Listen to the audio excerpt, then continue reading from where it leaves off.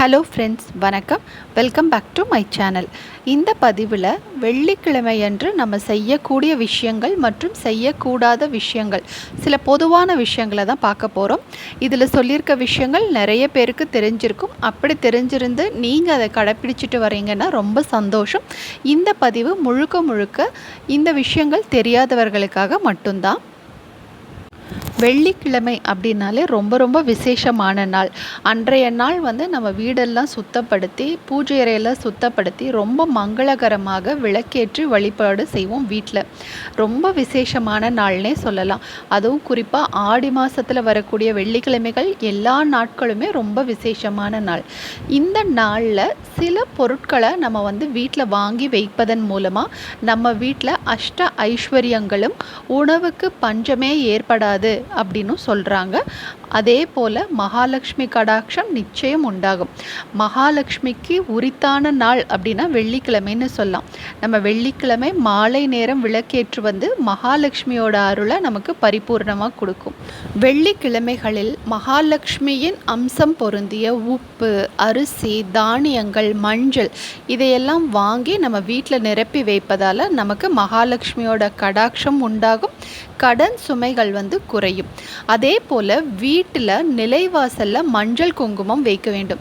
நிறைய பேர் அப்பார்ட்மெண்ட்ஸில் இருக்கிறதுனால மஞ்சள் குங்குமம் வைப்பதற்கு முடியாமலும் இருக்கலாம்.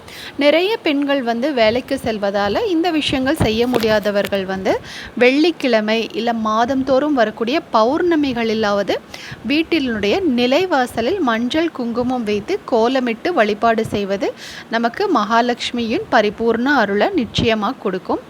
ஏன்னா நிலைவாசலில் தான் மகாலட்சுமியும் நம்முடைய குல தெய்வமும் வாசம் செய்வதால் அவர்களுடைய பரிபூர்ண அருளும் நமக்கு கிடைக்கும். அதே போல் வெள்ளிக்கிழமைகளில் குல தெய்வ வழிபாடு செய்வது சிறப்பு. சொல்லப்போனால் வருடத்திற்கு ஒரு முறையாவது கட்டாயம் குலதெய்வத்திடம் போய் நம்ம வழிபாடு செய்து கொள்ள வேண்டியது மிக முக்கியம். அப்படி செய்ய முடியாதவர்கள் மாதந்தோறும் வரக்கூடிய பௌர்ணமி, அமாவாசை மற்றும் வாரத்தில் வெள்ளிக்கிழமைகளில் குலதெய்வத்தை மனதார நினைத்து வீட்டில் விளக்கேற்றி வழிபாடு செய்வது மிகவும் சிறப்பு. குல தெய்வம் பெண் தெய்வமாக இருக்கும் பட்சத்தில் நம்ம வீட்டில் இன்னும் சிறப்பு வழிபாடுகளை நம்ம செய்ய முடியும். அதாவது ஒரு சொம்பில் தண்ணீர் நிரப்பி அதில் மஞ்சள் தூள், பச்சை கற்பூரம், ஏலக்காய் சேர்த்து மாவிலை, வேப்பிலை இலைகளை அந்த சொம்பில் இட்டு அதை குலதெய்வ படத்திற்கு முன்னாடி வைத்து ஒரு சிறு அகல் விளக்கேற்றி நல்லெண்ணெய் தீபம் இட்டு அதில் பஞ்சு திரியிட்டு விளக்கேற்றி வருவது நம்மளுடைய சகல கஷ்டங்களையும் நிவர்த்தி செய்து கொடுக்கும். அதாவது கஷ்டம் அப்படின்னா நம்ம உடம்பால் வியாதிகளால் கஷ்டப்படுவதாலும் சரி, கடன் தொல்லையால் நம்ம ஏற்படக்கூடிய கஷ்டங்கள், மன கஷ்டங்கள், இதையெல்லாம் நினைத்து நம்ம வீட்டில் நம்ம மனதால் கஷ்டப்பட்டாலும் எல்லா கஷ்டங்களையும் நீக்கி நமக்கு ஒரு ஏற்றமான வாழ்க்கையை இந்த வெள்ளிக்கிழமைகளில் நம்ம செய்யக்கூடிய குலதெய்வ வழிபாடு நிச்சயம் நமக்கு அமைத்து தரும். ஸோ பெண்கள் மறக்காமல் வெள்ளிக்கிழமைகளில் குலதெய்வ வழிபாடு செய்வது ரொம்ப ரொம்ப சிறப்பு. அதே போல் வெள்ளிக்கிழமைகளில் குத்து விளக்கு ஏற்றி வழிபாடு செய்வது குடும்பத்தில் சகல சௌபாகியத்தையும் பெருக்கும் அப்படின்னு சொல்கிறாங்க.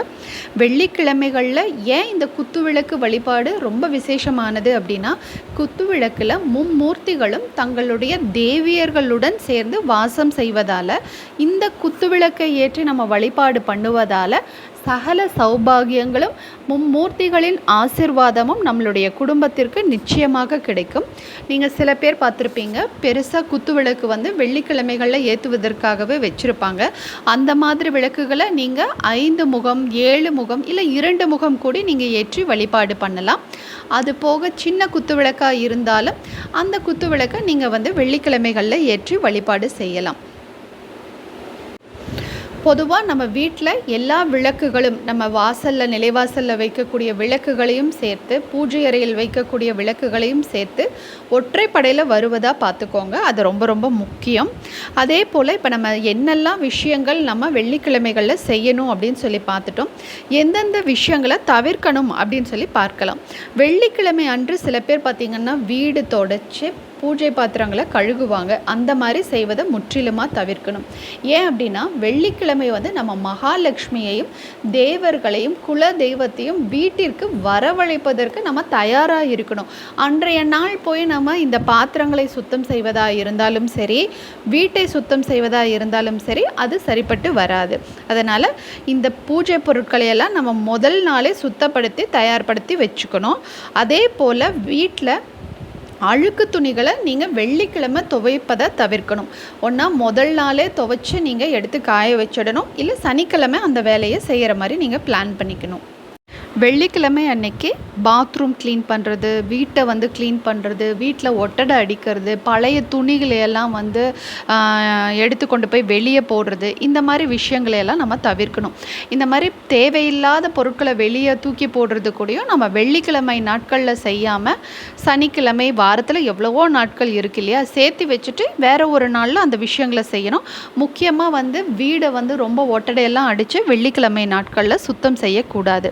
அதே போல் முடி, நகம் இந்த ரெண்டையும் வந்து வெள்ளிக்கிழமைகளில் வெட்டக்கூடாது அப்படின்னு சொல்லுவாங்க. நிறைய பேர் வீட்டில் சொல்லி வச்ச மாதிரி எல்லாருக்குமே வந்து பார்த்திங்க அப்படின்னா வெள்ளிக்கிழமையில் தான் வந்து நகத்தை வந்து பிப்பாங்க, கையில் வந்து நோண்டுவாங்க, இந்த மாதிரிலாம் பண்ணுவாங்க. ஸோ அந்த மாதிரி விஷயங்களையெல்லாம் வெள்ளிக்கிழமைகளில் செய்யக்கூடாது.